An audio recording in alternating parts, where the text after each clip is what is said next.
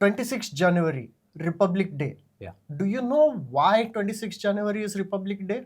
Because the constitution came into effect on that day. No, but why was 26th Jan chosen for this? I actually have no idea. Because in 1930, the Lahore Declaration of Purna Swaraj was on 26th January, and that's why they chose this as a nice symbolic date for getting our own constitution. Very interesting. I actually didn't know about that. Well, there's a whole bunch of things that you probably don't know about our constitution. Okay, like what? Our constitution is the longest constitution in the world. Really? It is 10 times longer than the Constitution of United States, Really? and it is infinite times longer than the Constitution of UK. What do you mean infinite? That Well, would mean... UK doesn't have a written constitution. Really? They don't? Nope. They just have a collection of laws and precedences and case laws starting in 1215. 1215 as in 1215 AD? Yes, that's when the Magna Carta happened. Oh wow. And since the Magna Carta, they didn't bother to codify it into like a document or anything? No. Wow. Yeah. I didn't know that. Also, our constitution is one of the most amended constitutions in the world. Alright. We have 106 amendments in 75 years. Alright. Compare that with just 27 amendments in 250 years for the US. Okay. So we are like at a 10 times the run rate. But why so many amendments in the Indian constitution? Because our constitution goes into a lot of detail in many different areas. Okay. As a result, if you want to pass any laws or change any laws, there is a good chance that that thing is mentioned in the constitution. So now passing that law requires a constitutional amendment. Right? Oh. But what kind of amendments are we talking about? Can you give me an example? The first amendment. The freedom of speech. Well, are you talking about India or US? The US also has freedom of speech as the First Amendment, and so does India actually. Well, except that they're opposite. In the sense? In the US, the Constitution originally didn't promise freedom of speech. So the First Amendment is giving freedom of speech. In India, which did the Constitution like 200 years later, freedom of speech was already there in the Constitution. So why does the First Amendment of India talk about freedom of speech? If they had already given the freedom of speech, then the amendment must have restricted it? Absolutely. So Nehru felt that restricting freedom of speech was necessary for stability in the country, right? Okay. To prevent sedition, to prevent riots and things like that.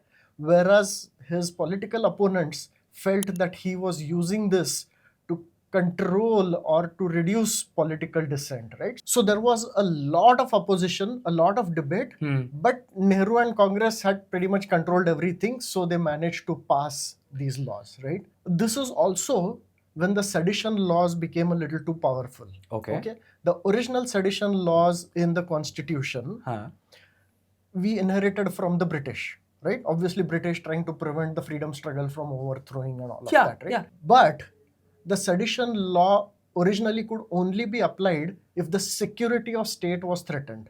Which makes sense. Right, but the First Amendment changed it so that sedition law could be applied if you were disturbing public order, you were inciting an offense, right?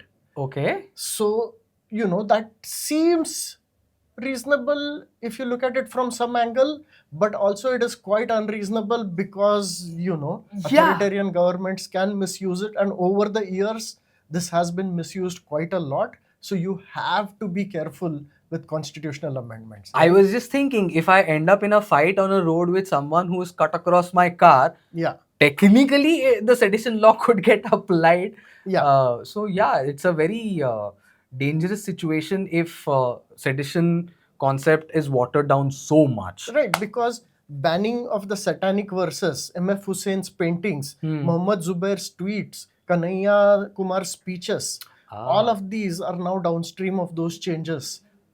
The First Amendment, right? Okay, so the First Amendment in Indian context, in the Indian Constitution, actually ended up taking away some of that freedom. Yeah. Oh, there are other things, right? More fundamental things that were removed. Oh. So, right to property. Okay. was a fundamental right. Okay, As which in? means a fundamental right in our constitution is the kind of right which cannot be removed even by passing a law. Okay, makes sense. And right to property was one of them. So what does right to property entail here? As in, I have the right to own property, or what? Yeah, you have the right to your own property and nobody can force you to give up that property, right? Okay. So can you think of why this was removed by an amendment? Why would this be removed? Because if it is my own property, I have every right to own it. Why would anybody take it away from me? Well, remember, after independence, there was the whole movement to redistribute property to get rid of the zamindari system. Oh, right. And all the zamindars used this fundamental right to fight those laws.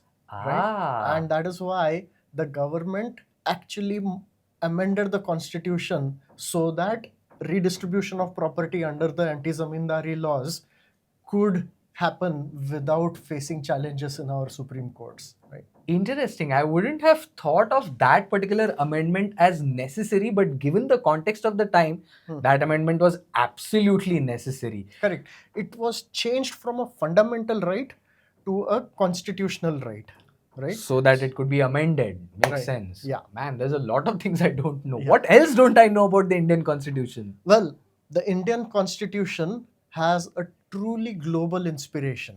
As in? As in, the Indian Constitution collected a lot of things from constitutions and systems all over the world, right? So the parliamentary form of government obviously has come from the British. Correct. Right? Fundamental rights, the concept has come from the United States. So rights which even laws cannot take away. Right? Directive principles of state policies, come from Ireland. Okay. Trade and commerce rules probably come from Australia. We're not entirely sure, but there is some evidence of that. Okay. And the kind of center-state relations that we have, the distribution of power between the center and the states, that has come from Canada. Okay, looks like Dr. Ambedkar traveled the entire world to collect all of these laws, do all of the research. US, UK, Australia, Austria. No? That's another thing people don't realize, right? Most people think that Ambedkar wrote the constitution. What are you saying, Naveen? So, the constitution, who wrote the constitution? Dr. Baba Saheb Ambedkar. Anything you say other than that, channel band karwayega ye. So, let's understand the chronology. Okay, chronology samjhaiye. Yes. So, the Constituent Assembly, right, which is equivalent to our parliament, which existed when we got independence, right? That had 299 members. Okay. And they were given the job of writing the constitution. Okay. Obviously, 300 people can't write a document. Yeah. So they created a 7-member drafting committee. Okay. And the chairman of that committee was Dr. Ambedkar. Okay. They were supposed to write the constitution. Correct. But they also didn't actually write the first draft. What they did was they asked B.N. Rao, an eminent jurist, a legal scholar, to travel the world, figure out the best ideas from all over the world, and come up with a first draft. Okay. I was worried they gave it to an intern or something. Yeah. Well, no, ChatGPT didn't exist in those days. So B.N. Rao, who knew all these systems of the world, he came up with the first draft. Okay. And this draft had about 243 articles. Okay. Now, this draft he gave to the drafting committee. The drafting committee did a big rewrite. From 243 articles, they went to 315 articles. They changed a whole bunch of things. Right.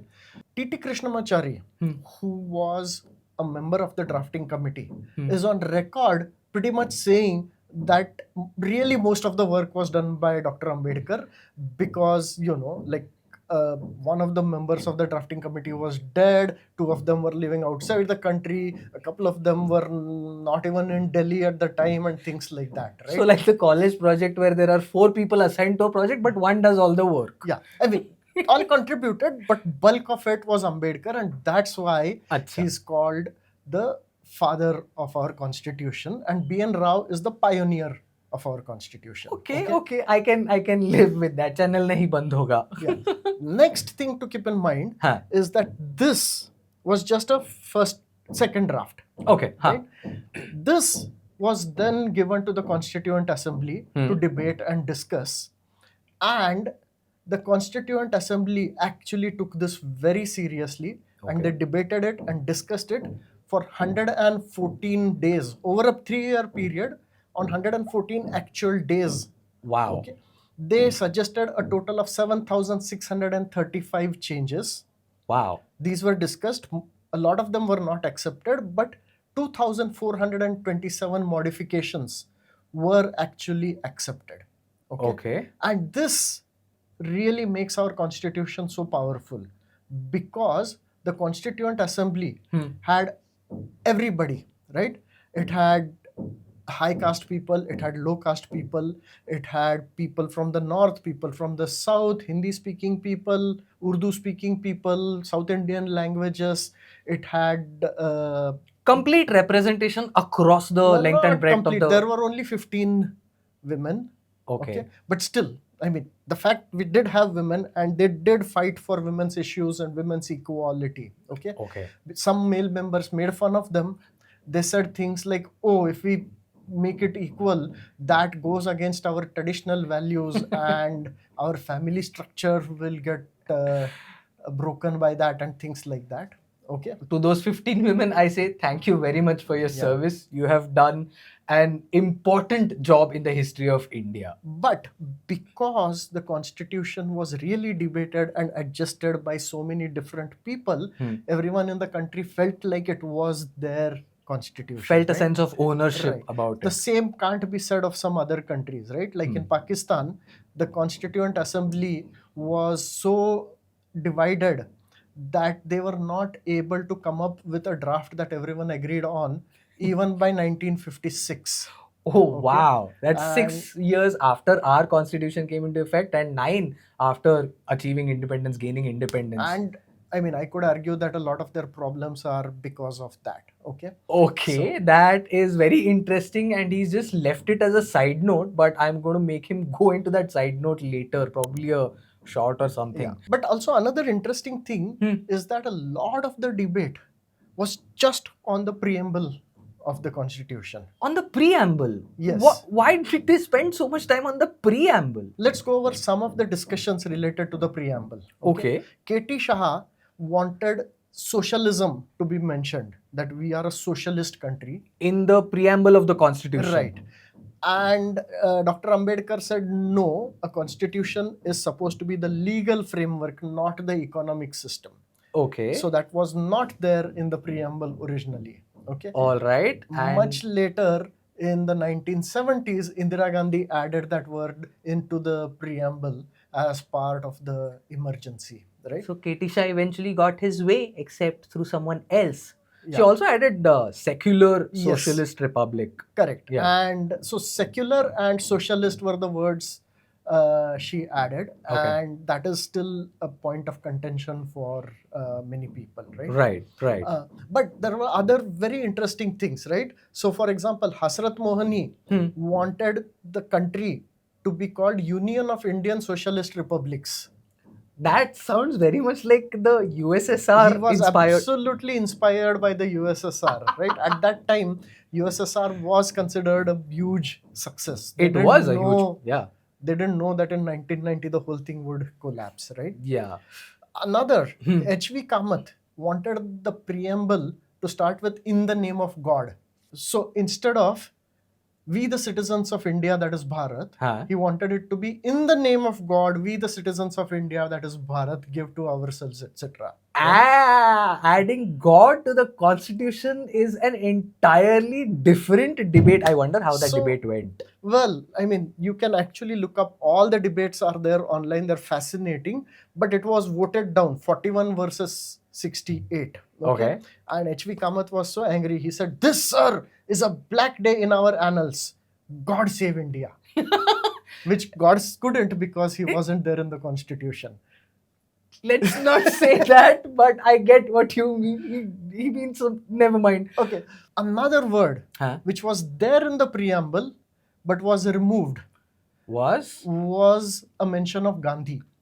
Gandhi, Yes. Mahatma Gandhi. Yes, Brajeshwar Prasad did not want Gandhi's name in the preamble. He got it removed. Can you guess why?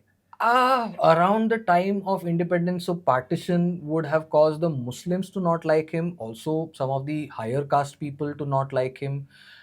There were a fair few detractors by that time, so one of them probably got it removed. Nope. No? It was a supporter Of Gandhi? Yes, Brajeshwar Prasad got the name removed because he did not want Gandhi's name to be dragged into this rotten constitution, which was based on the American Supreme Court cases and the Government of India Act, and it was not a Gandhian constitution. Gandhian? What would a Gandhian constitution even look like? A Gandhian constitution would be something that had Panchayat Raj, right? Where most of the people lived in villages, most of the power was with the village Panchayat, and the center had only a small number of powers related to military and things, trade and things like that, right? Okay. So these people, there were people who wanted this entire paragraph in the preamble. I'm going to read it because it's a lovely paragraph, okay? Okay. In the name of God the Almighty, under whose inspiration and guidance the father of our nation, Mahatma Gandhi, led the nation from slavery into freedom by unique adherence to the eternal principle of Satya and Ahimsa, and who sustained the millions of our countrymen and martyrs of the nation in their heroic and unremitting struggle to regain the complete independence of our motherland, we the people of Bharat, having solemnly resolved to constitute, etc. Okay, I can see how that would have been a little bit too much even if he was the father of the nation. But now I'm thinking Gandhi back then was the most powerful leader in the country. Yeah. How then did the constitution become something that is not what his beliefs espoused? Yeah. So overall, most of the people felt that Gandhi's principles, the Gandhi model of decentralization, was impractical, utopian, and that is why it was sidelined. Sidelined by who? Okay, let's go through them step by step, right? Okay. Ambedkar himself did not like Gandhi's model, right? Okay. The thought was that this village level power would enhance the power of the traditional upper caste, which is what most of the panchayat was made up. True. And the parts who were not upper caste would be the rich dominant majorities, and the caste divisions would get perpetuated, right? Makes sense. Ambedkar has criticized the Gandhi vision of village republics, calling villages a sink of localism, a den of ignorance, narrow-mindedness, and communalism. Okay. Wow. But that's not all, right? Gandhi was pretty good at sidelining Ambedkar. But even Nehru and other young leaders were against this, right? Nehru felt that rapid industrialization and mechanization was the key strategy for the country, right? Yeah. Nehru regarded the villages as intellectually and culturally backward, believing that progress could not be achieved in such an environment, right? He saw narrow-mindedness as breeding untruthfulness and violence. Okay. Right? So, when Nehru himself was against it, Gandhi realized that he was not getting anywhere, right? So, at one point, Gandhi explicitly distanced himself from the Congress and the whole constitution process, right? And he said that I do not know how many congressmen swear by non-violence or charkha or believing in decentralization or regard the village as a nucleus. So he just stayed away from this whole process and focused on communal harmony and other things around those last years. This is literally TV series level drama, man. I mean, I can imagine the not exactly infighting, but the kind of opposition within what was then perceived to be a very unified group of leaders. Oh, it was not at all unified. I mean, the number of fights and over little things that happened during the Constituent Assembly debates. So that explains why the constitution isn't Gandhian. But then what is it? It is a combination of the principles of Ambedkar, Nehru, and Patel. Okay.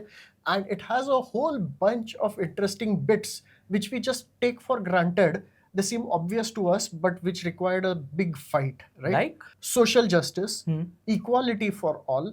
Why is equality for all even debated? Well, see, nobody wanted to explicitly say, oh, we don't want equality, right? But lots of backdoors there, right? There are people saying that, oh, government shouldn't interfere with tradition. Okay. Right? Don't change anything suddenly by law, right? Let the change be gradual. Otherwise, if you give equality suddenly overnight, people won't be able to handle it, and the social fabric of the country will be into trouble, right? Okay. Those kinds of debates happened. Yeah. But our leaders insisted, no, we will do it equality from day one, right? Hats off. One person, one vote was a radical idea at that time. Wait, what? How can one person, one vote be a radical idea? It is the fundamental in every democracy, right? It wasn't at that time, right? Internally and externally. Okay. Externally, do you know that in 1947, even the United States did not have one person, one vote? Wait, how? Many southern states had laws called Jim Crow laws. Oh, right. Where basically to be able to vote, you needed to pass a literacy test and you needed to pay some poll taxes. Correct. These were clearly designed so that black people wouldn't be able to vote. Yeah. And poor people, again black people, wouldn't be able to vote. And they were clever. White people who were not literate and couldn't pay the poll tax were allowed to vote under grandfather clauses. If your grandfather voted, you can vote. Otherwise, you have to pass these tests. Okay. Okay. Other countries which created a constitution around the same time, they didn't do what we did. So, South Africa, apartheid, whites only could vote. Correct. Sri Lanka, they passed a law called the Ceylon Citizenship Act, which disenfranchised Tamils. Around 10% of the country not allowed to vote. And over the next 70 years, we can see what problems that caused. Right? Yep. The Liberation Tigers of Tamil Eelam, look it up. It's a very interesting history there. And even internally, this was opposed by both ends, right? The elites wanted votes by property holders only, or votes only for literate people. These sound sensible, but in practice, they cause serious problems. Minorities wanted separate electorate for that minority. That could have caused a different kind of problem, right? Yeah, I mean... like, oh, this seat is a Muslim-only seat. So only Muslims can vote for that seat. That kind of minority representation are you talking about? Yeah, something along those lines. So all of those were cancelled. And basically, we had strong, sensible leaders who fought off all these short-term interests and vested interests and gave us a constitution, because of which I am pretty sure that we are in better shape as a country compared to some other comparable countries. Yeah, and some of them are neighbors like Sri Lanka, and a while ago you mentioned Pakistan as well. Yeah, we'll do shorts on these, going into detail on how our constitution gave us a better life than our neighbors. Okay, so keep an eye out for those shorts on this channel. Subscribe and follow us on all of the various social media channels that we've recently started working on, operating on.